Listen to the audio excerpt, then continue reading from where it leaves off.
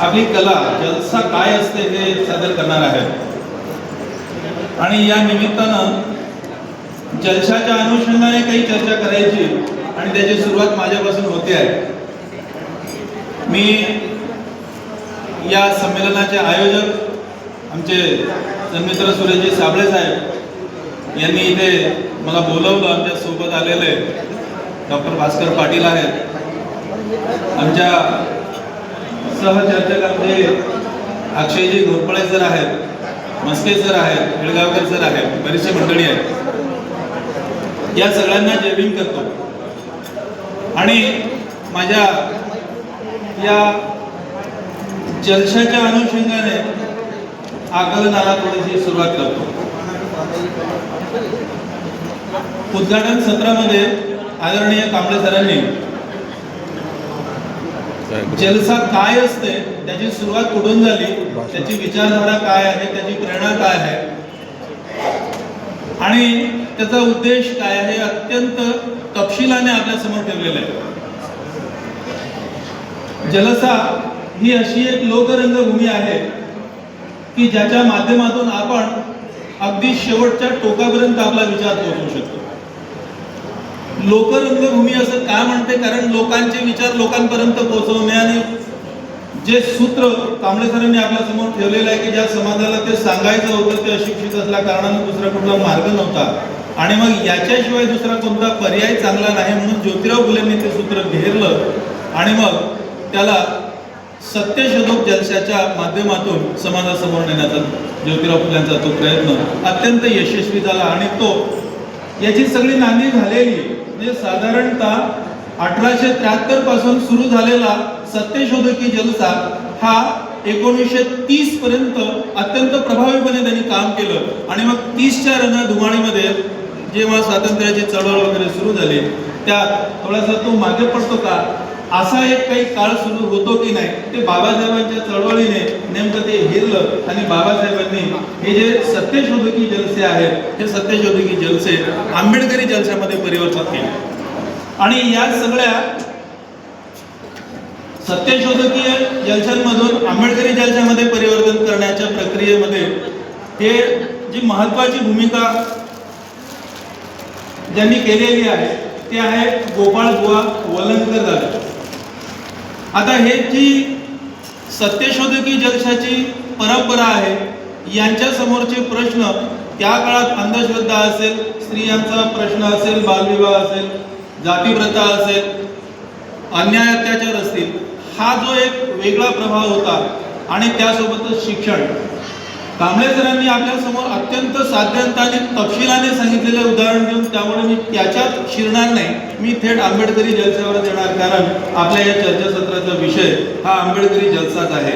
त्यामुळे थेट आंबेडकरी जलसाला जेव्हा आपण हात घालतो तेव्हा आपल्याला आंबेडकरी जलसांच्या समोरचे विषय कोणते आणि आशय त्याचा काय आहे, उद्देश काय आहे या अनुषंगाने आपण चर्चा केली पाहिजे। आंबेडकरी जलसाचा काय विषय होता, आंबेडकरांचे विचार पेरणे। बाबासाहेब आंबेडकर आता 1933चा जो संदर्भ इथे कांबळे सरांनी सांगितला आहे की त्याच्या आधी घडलेल्या घटना आणि त्याचा त्याच्यावर झालेला परिणाम, हा परिणाम अत्यंत मोठाच आहे। आपण जेव्हा ऐकतो तेव्हा प्रत्येकाला अगदी काळजीपूर्वक जर ऐकलं तर आपल्याला ते सगळं सूत्र लक्षात येऊन जाते। हे कलावंत केवळ करमणुकीसाठी आहेत का तर नाही, यांचा उद्देश आहे की विचार समाजात नेणे। म्हणजे जलसा हा जो एक कला प्रकार आहे हा पूर्णतः करमणुकीचा नाही तर हा प्रबोधनाचा आहे।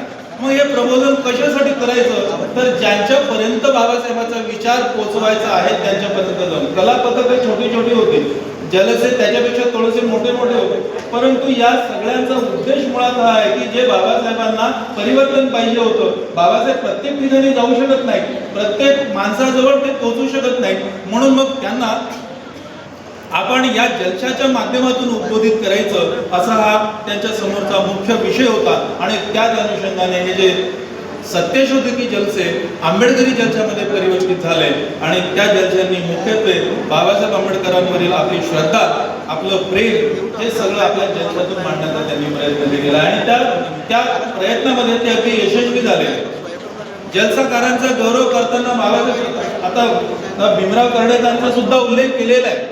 म्हणजे एखाद्या सभेमधून केलेलं भाषण हे जितकं प्रभाव करते त्याच्यापेक्षा 10 पटीने जास्त एक जलसा प्रभाव करत असतो. बाबासाहेब स्वतः भीमराव कर्डक यांच्या संदर्भात गौरव उद्गार काढताना असं म्हणतात की कर्डक मंडळीचा एक जलसा आणि माझी 10 भाषणं हे सारखेच आहे. याचा अर्थ बाबासाहेब आंबेडकरांनी जी तुलना केली आहे ती काही दाखवण्यासाठी नाही तर त्याचं महत्त्व सांगण्यासाठी आहे.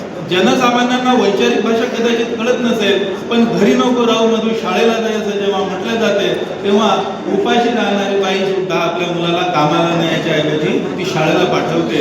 हे शाळेला पाठवण्याची प्रेरणा जी दिली आहे ही त्या सामान्य माणसाला भाषणापेक्षा जास्त जलसाने दिलेली आहे. म्हणून आंबेडकरी जलसा हा त्यावेळेला अत्यंत महत्त्वाचा ठरलेला आहे आणि आजही हा जलसा तितकाच महत्त्वाचा आहे आपल्याला असं वाटतं. अस्पृश्यांच्या वेदना त्यांनी तेव्हा मांडल्या, कारण तेव्हा धर्मांतर व्हायचंच होतं.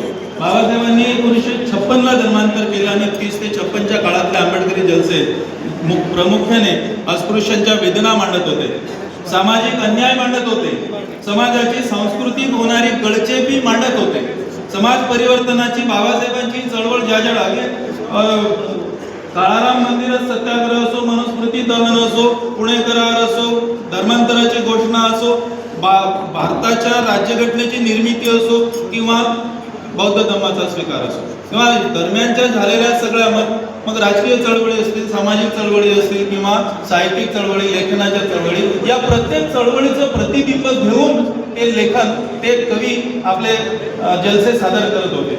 जलशाचं प्रमुख जे काही हत्यार आहे, जे प्रमुख काही साधन आहे, जे माध्यम म्हणतो आपण त्याला, ते गीत आहे.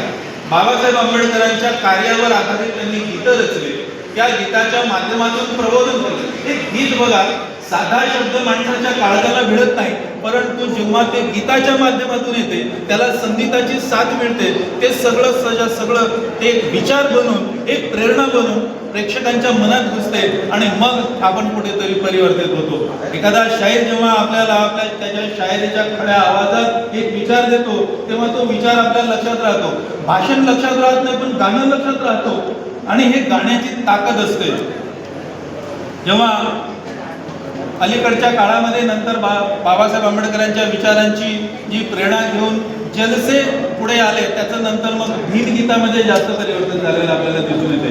कारण जलशात थोडंसं सादरीकरण आणि गीतं जास्त असायचे. अलीकडे आपण आजच्या काळातल्या जलशाचा जर विचार केला तर आपल्याला आंबेडकरी जलसे यांचे विषय आता बदललेले आपल्याला दिसतात. आता विषय का बदलले?